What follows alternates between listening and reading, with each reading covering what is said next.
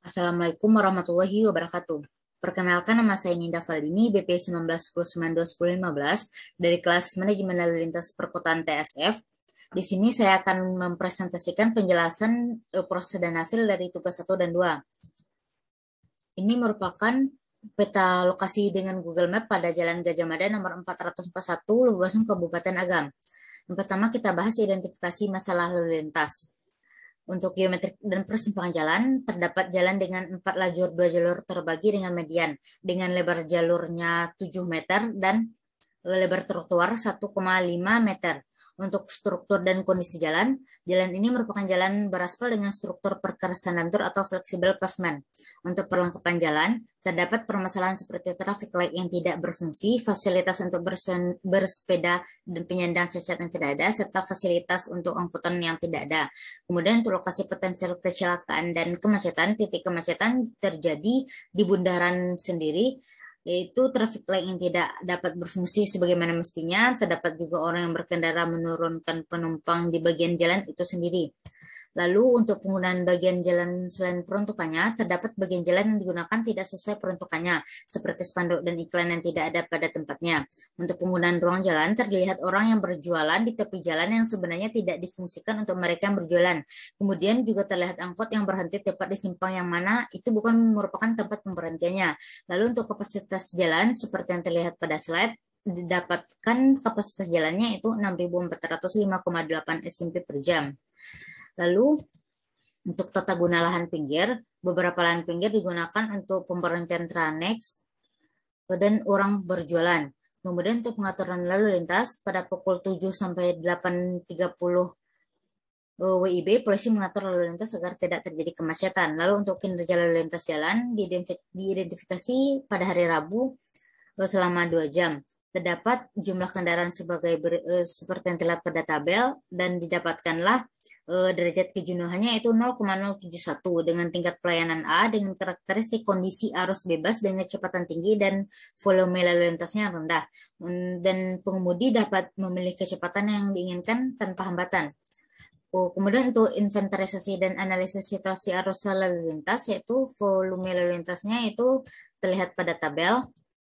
Lalu untuk tingkat kerusakan jalan, saat mengamati jalan ini untuk tingkat kerusakan jalannya tidak begitu parah. Lalu untuk komposisi lalu lintas, dari volume lalu lintas terdapat kendaraan roda 2 atau motor, kendaraan roda banyak yang terdiri dari kendaraan ringan dan kendaraan berat.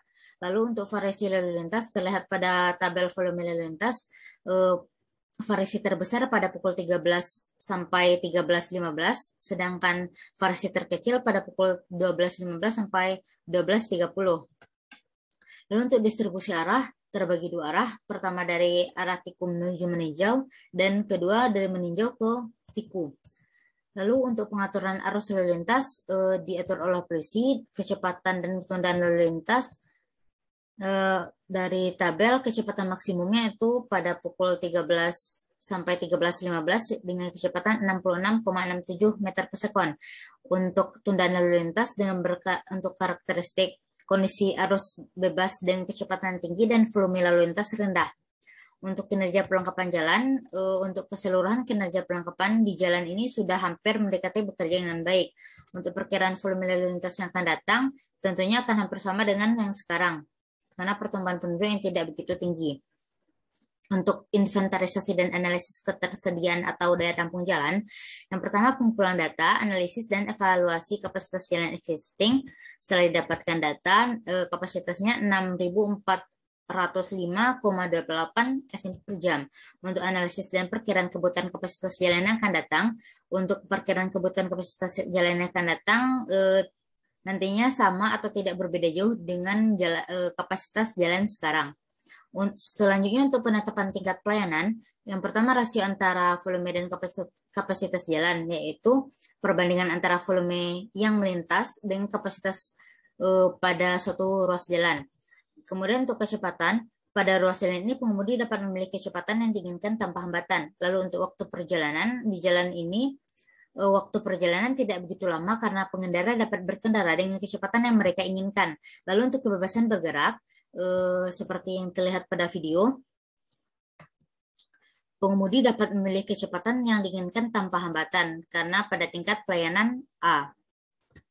Kemudian untuk keamanan, tingkat keamanan di jalan ini sudah dikatakan sudah aman karena jika dilihat dari tingkat kerusakan jalan tidak begitu parah dan tidak banyak untuk kerusakannya.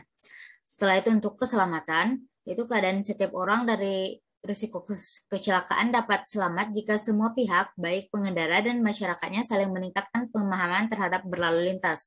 Lalu untuk ketertiban, di jalan ini ketertiban di jalan tersebut terkadang hanya saat pagi saja, seperti memakai helm dan mematuhi aturan karena saat itulah polisi bertugas menjaga lalu lintas. Setelah itu untuk kelancaran, di jalan ini tingkat kemacetan dapat dikatakan tidak parah sehingga tingkat kelancaran di jalan tersebut sangat lancar. Lalu untuk penilaian pengemudi terhadap kondisi arus lalu lintas, cara yang paling tepat untuk menilai hasil adalah dengan melihat derajat kejenuhan untuk kondisi yang diamati dan membandingkannya dengan pertumbuhan lalu lintas, tahun dan umur fungsional yang diinginkan dari simpang tersebut.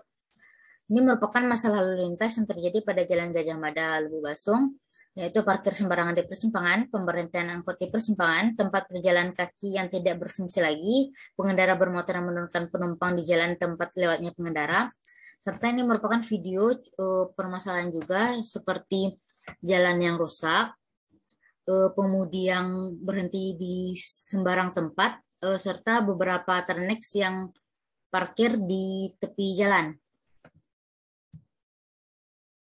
Baiklah, selanjutnya untuk konflik di persimpangan, traffic konflik, terdapat dua jenis pergerakan yang dapat menimbulkan konflik, yaitu diverging dan merging.